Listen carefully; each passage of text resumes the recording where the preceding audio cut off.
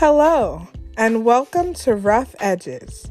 I'm your host, Sarah Fox. In this podcast, I will guide you through my faith and mental health journey to dispel the stigma surrounding mental illness and to create a voice for those who wish to discover more about these topics. This podcast will not only shed light on mental health issues, but will also reveal the intersection between faith and mental illness. I pray that these themes will bring growth and healing to our communities.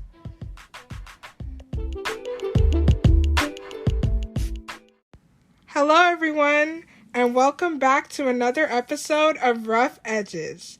Today, I am joined by special guest, Jes See Ng. And Jes is one of the moderators for the Bipolar Comedy Club on Clubhouse, and she is currently based in Malaysia. Yellow is increasingly becoming her favorite color, not only because her surname means yellow in Mandarin, but it also happens to be Hufflepuff, and she is also in that house, and she was the Yellow House sports captain back in high school. Although she never officially worked in the mental health sector, her new career aspiration is to someday become a certified therapist. She was diagnosed with bipolar 1 with psychosis since 2019, and although life has been pretty hectic since then, therapy sessions have been an incredible factor in her recovery journey. So, welcome, Jes. It's good to have you here. It's great to be here. Thank you for having me. Yeah, so Jes, I want you to tell me a little bit more about yourself. So, what are you passionate about and why? Oh my goodness, that is such a great question because I would say I am passionate about too many things. And that's actually one of the reasons why I went haywire in 2019 because I was overarching and overreaching plus overcompensating for loads of various reasons, but I was passionate about homelessness issue. I donated a lot of money, tried to cook for people, volunteered. I worked in sustainability technology within my consultancy. So again, lots of reading about carbon, zero waste, path to zero waste, all that good stuff. Electric cars, solar panels, nuclear, all of that, city planning things. Then I'm also passionate about Asian women representation and the Asian perspective in the workplace. So again, I wrote lots of articles and sort of been very active in the Asian community in London, where I worked before. And then, of course, mental health. So those are just like a nutshell of some of the things that I was passionate about. But however, now I'm really focusing and channeling my energy to one societal big issue, which is mental health. And partially that mental health within the Asian community because the stigma is still so high. So despite having still, passion about the other areas that I just mentioned, I'm trying to not overwhelm myself by things I cannot control and just focusing on the mental health in Asia agenda. Wow, that is amazing. And I just love that you're passionate about so many things because it not only makes you like a well-rounded and very interesting individual, but it also shows that you have a heart for just so many things. And so thank you for that. And so I want to shift gears a little bit and talking about mental health because I know that's an area that you are passionate about and something that you really want to pursue in the future. So tell me a little bit about your personal experience with mental health. It has been a roller coaster, I would say, in a nutshell. In a nutty shell, I like to say. Growing up in Malaysia is just not something discussed in a considered manner. It's like, let me do it in Mandarin first and I'll translate. 你不要神经病啊！如果你神经病，你会去医院 ，OK？ And in English, it is like, you better not go insane, or else you will be locked up in that kind of a connotation. And so growing up, I knew about mental health and mental disorders. I have been sort of I've witnessed it within my family context, for instance. We can go into it in a little bit. But then as I grew older and went abroad for university, then working life, it was more prevalent. Like there was more like mental health awareness, etc. However, at that time, I didn't feel like it was a fight that was meant for me. It was like somebody else's issue. I was focused on sustainability, Asians community, blah blah blah, all sorts of other things. Um, However, since my breakdown, it has really opened my eyes. I would say would be the biggest thing. Opened my eyes to the powerful nature of the mind, and that it should not be taken for granted. Sleep is not for the weak, for instance. And it's so important to have a balance in life, which I stopped having after a point in my life. And yeah, I truly believe that everyone, regardless of whether you are considered neurotypical now, no predisposition, or with a disposition to mental illness, to just slow down sometimes. And it's okay to not be okay and ask for help. Is a sign of strength. So that's all for this question. Nice. Thank you so much for that. And you mentioned like growing up in your community, it's kind of like there's a stigma surrounding mental health. And so, can you talk a little bit more about that sort of stigma where you were growing up? Absolutely. So I grew up in Kota Kinabalu. More people know it as Borneo, which David Attenborough features, like say the bat caves and the orangutan in Borneo. So I grew up in like a really beautiful space. Honestly, I was 5 minutes away from the beach, 20 minutes away from the mountains, Oh, and wow. sometimes I would have like math classes on the beach. Can you imagine? I had a Wow. beautiful. Um, but within this community, there were indigenous people living really close by. So as a child, I was always very regularly exposed to like animism, which is sort of a worshipping animals and trees and believing that there's a soul within these living things. And then I was also very much exposed to shamanism. In Malaysia, it's called Bomos. Bomo is the shaman. And so from a very young age, I was very exposed to magical thinking, where in the West would be called delusional. so so I have, as a child, it was really hard to distinguish fact and reality, dream state, and fact, because there's just so much of this going on. Sorry, so much of this going on. So it took me a long time to be educated, say logically, sciences, and then I did philosophy university to within my own mind distinguish what's real and what's not. Because as a child, seeing things and being an only child, talking to myself was normal. But I had to learn to cope and adapt and not talk to things, not talk to myself in public, for instance, even though it was very natural and positive for my upbringing, to be honest. And I would like hang out with monkeys and things like that.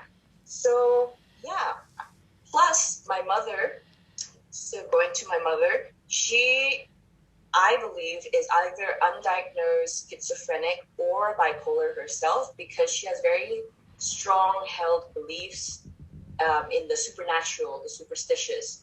And I'm not saying she's bonkers, because I do believe that there is a chance that miracles exist and that magic is possible. So I'm having a very like more balanced view about it, because I used to resent her for her sort of imposing her beliefs on me.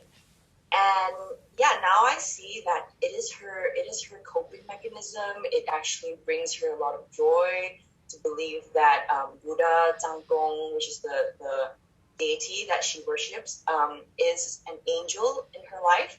So yeah, I am very receptive of religion, spirituality, no matter what form.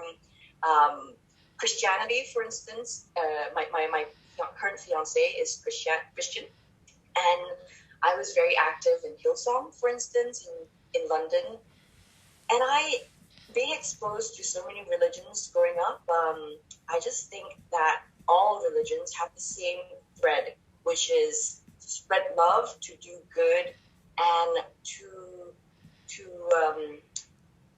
appreciate what we've been given. So yeah, that is a great question. Thank you. Yeah, no problem. And I love what you said about, having a foundation in terms of like spirituality, because here on Rough Edges, I like to see how the two can intersect in terms of like faith and mental health. So, my next question would be, how does your faith play a role in how you cope with mental health? Oh, another excellent question. So let me rephrase what you've just said so that I make sure I understand. How did religion, spirituality impact my mental health? Yes.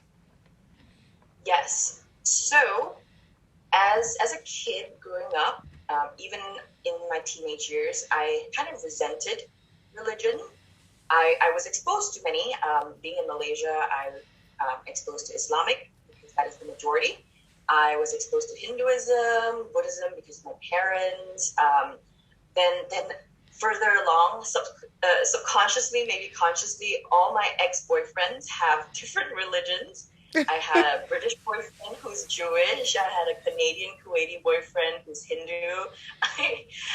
My current partner is Christian. So yeah, I think I've rounded up all the possible big religions out there. So I've been open-minded, receptive to them all, and I would say again, going back to the resentment, yeah, I really didn't enjoy being imposed on or evangelized or forced to do certain ceremonies when I just didn't feel comfortable. However, I want to openly say that during my most manic state in 2019, when I thought I was Jesus, literally, I was screaming, I share 3 out of 5 characters with the name Jesus, therefore I must be the chosen one. Oh, wow. Because I was really out of my mind. I thought also moments where I was married because I had my period, and I thought I was gonna give birth to like a fish. Another mad story there. I literally sat by the toilet and like stared into the bowl, expecting like a fish to pop out, like a betta fish, more specifically. Again, a nutty tale. But within those moments, my most manic, uncontrollable psychosis, I felt like a gentle calmness within me. And because I know so many languages, 3 predominant ones, English, Mandarin, and Malay, I felt a presence, I don't know who, just sort of calming me. And it was definitely not a doctor or a nurse because I was by myself. And just sort of speaking to me again in 3 different languages, saying how I need to sort of pick myself back up piece by piece. That my dad used to repeat this Chinese phrase a lot. 生气是短暂的发疯, anger is temporary madness. So this was sort of calmly reminded to me when I was at my worst. And I was like, yeah, I was really, really pissed at so many different things. And this is an insanity point. I need to come back, reflect on my life, and try my best to get better and do good and spread love. Wow, that's an amazing journey, and I love your openness to, discovering more about spirituality and just, the willingness to learn from different types of religions. And I'm a Christian myself, and so I am nothing without, what I believe. So I thank you for being open to spirituality. And so switching gears a little bit here, you meant well, I mentioned in your bio that you struggle with bipolar 1 disorder. So, can you tell me a little bit about how you manage your bipolar 1 disorder? So before my diagnosis, I strongly believed that my bipolar 1 really worked in my advantage because there are no seasons in Malaysia. But let's just break the months down in season context. So in spring, the first 3 months, I very excited for school. It's usually sports season, and so my hypomania, overconfidence really like pushed me up.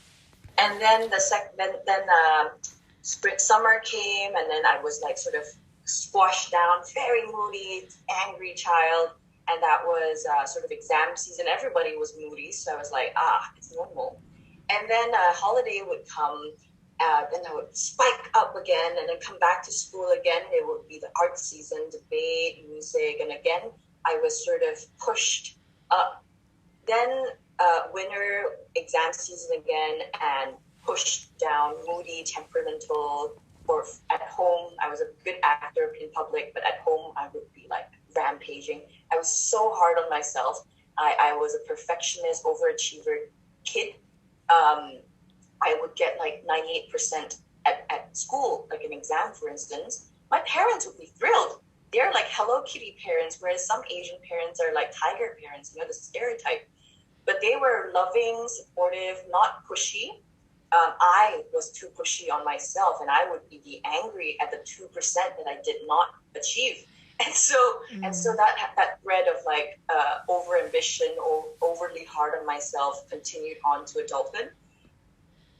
After my breakdown, a little during, I tried as much as I can by reading, self-help books, maintaining a good routine, eating well, all the things that I know, and they're sort of common sense, but are so much harder said than done. And the biggest hurdle for me was sleep. I couldn't understand why I couldn't fall asleep deeply. And so that really messed with my head. My concentration at work was going off. I didn't really understand why.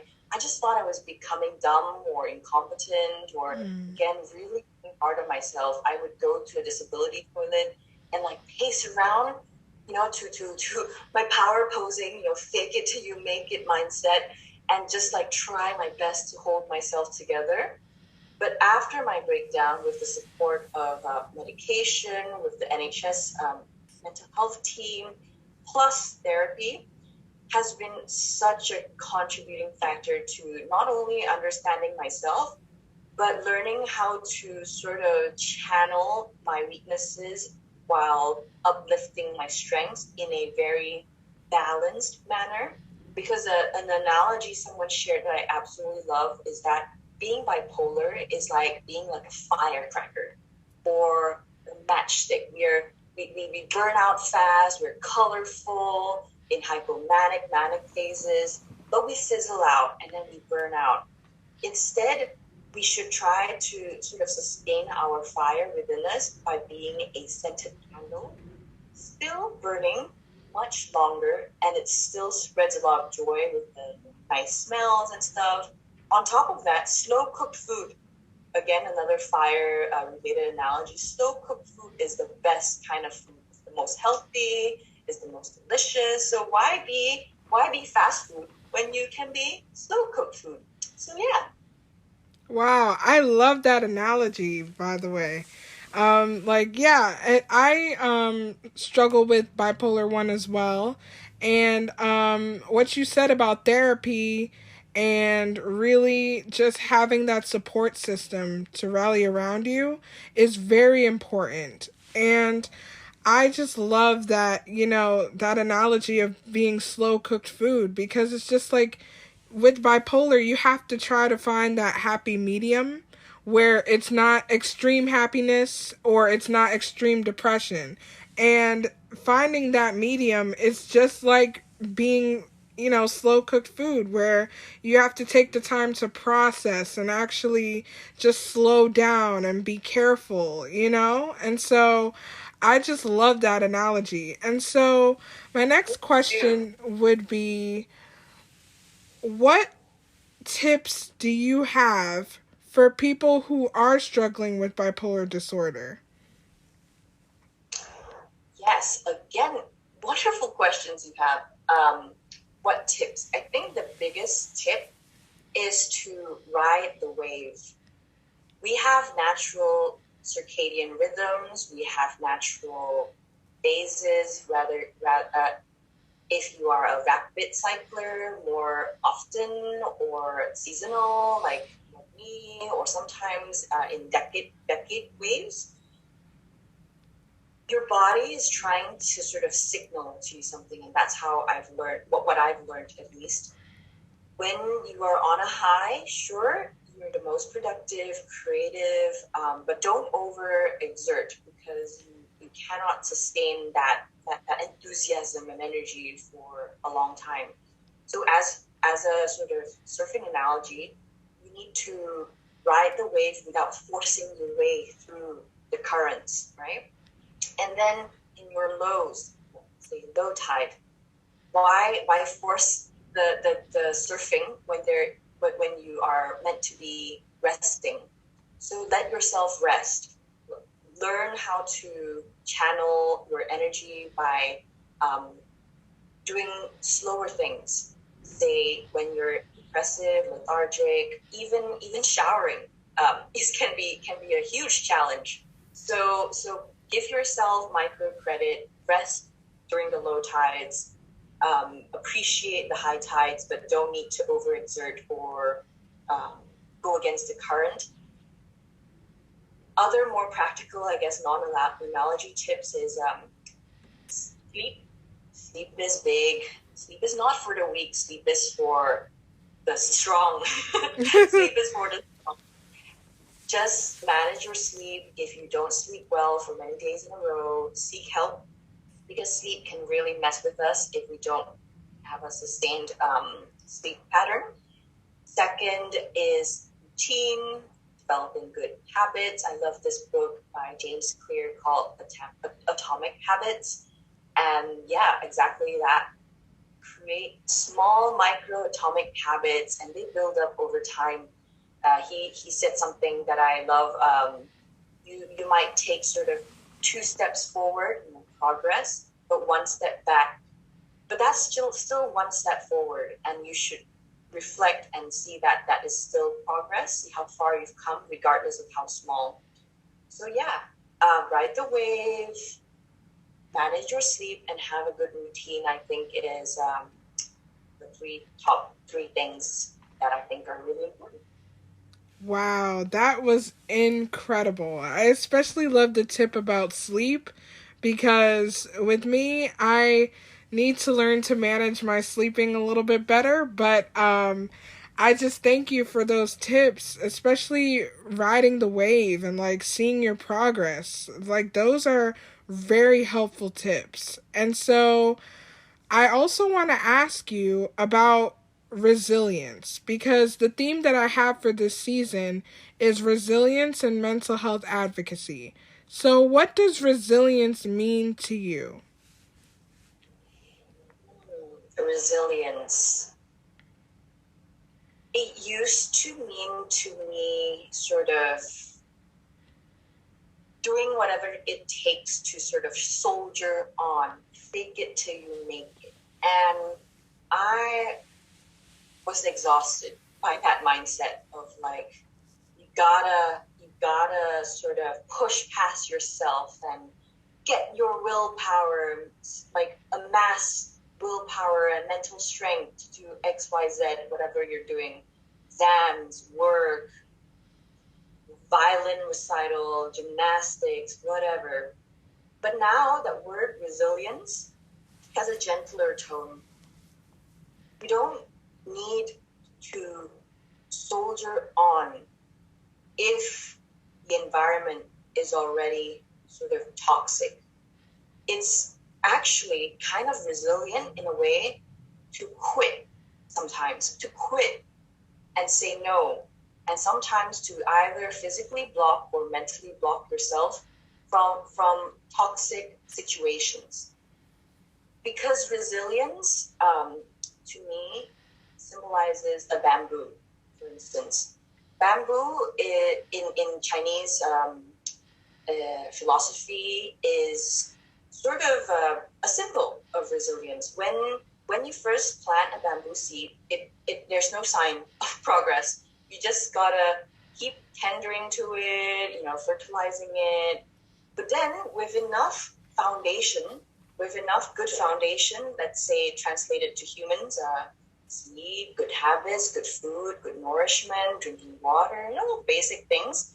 And then the bamboo will like shoot up, all of a sudden shoot up, and it will grow very fast suddenly, and become very strong and the resilient plant that it is. You can literally use it for almost anything. A drink, it's kind of like a cactus, you can cut it and you can have a drink.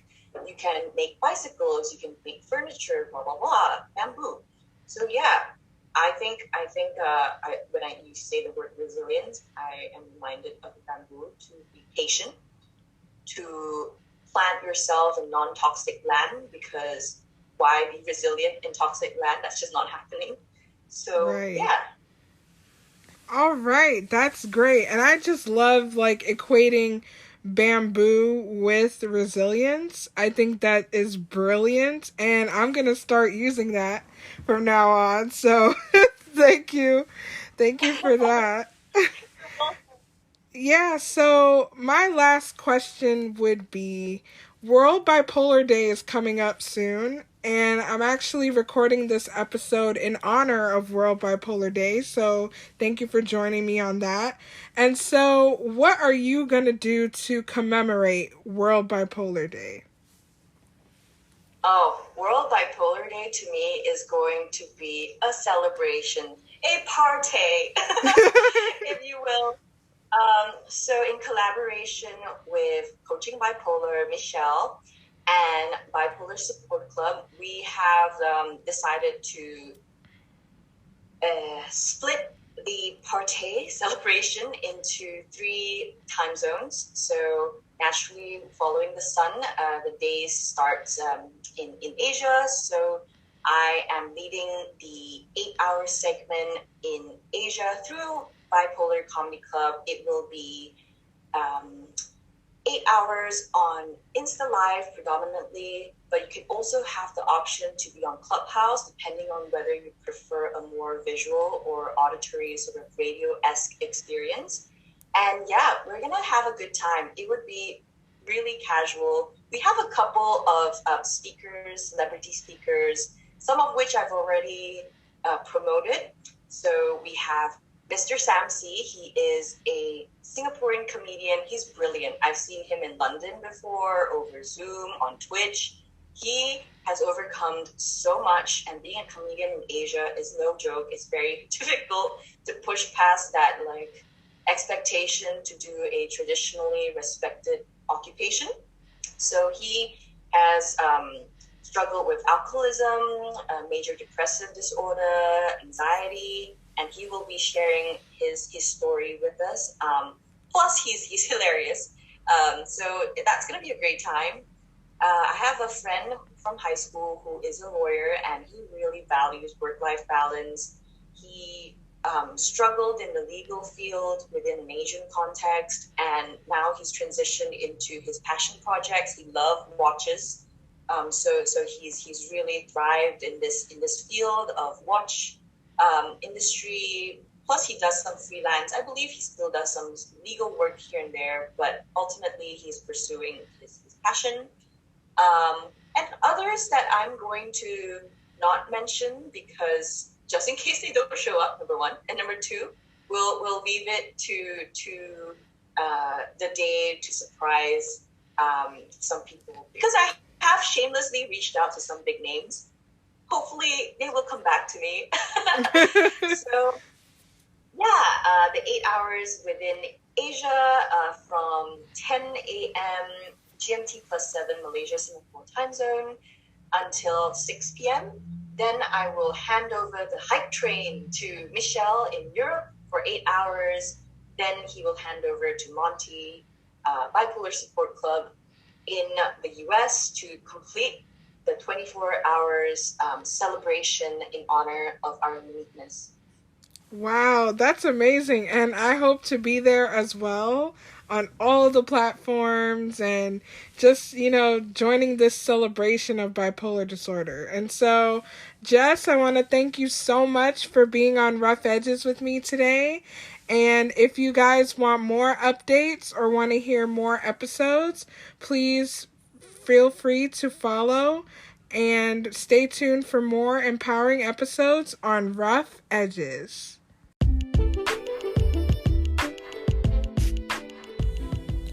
Thank you for listening to Rough Edges. Feel free to follow this podcast on Instagram at rough.edges.podcast or visit my blog at sarahifox.com. If you have any questions or further suggestions on how to make this podcast grow, you can email at rough.edges.podcast@gmail.com. Thanks again for listening and have a wonderful day.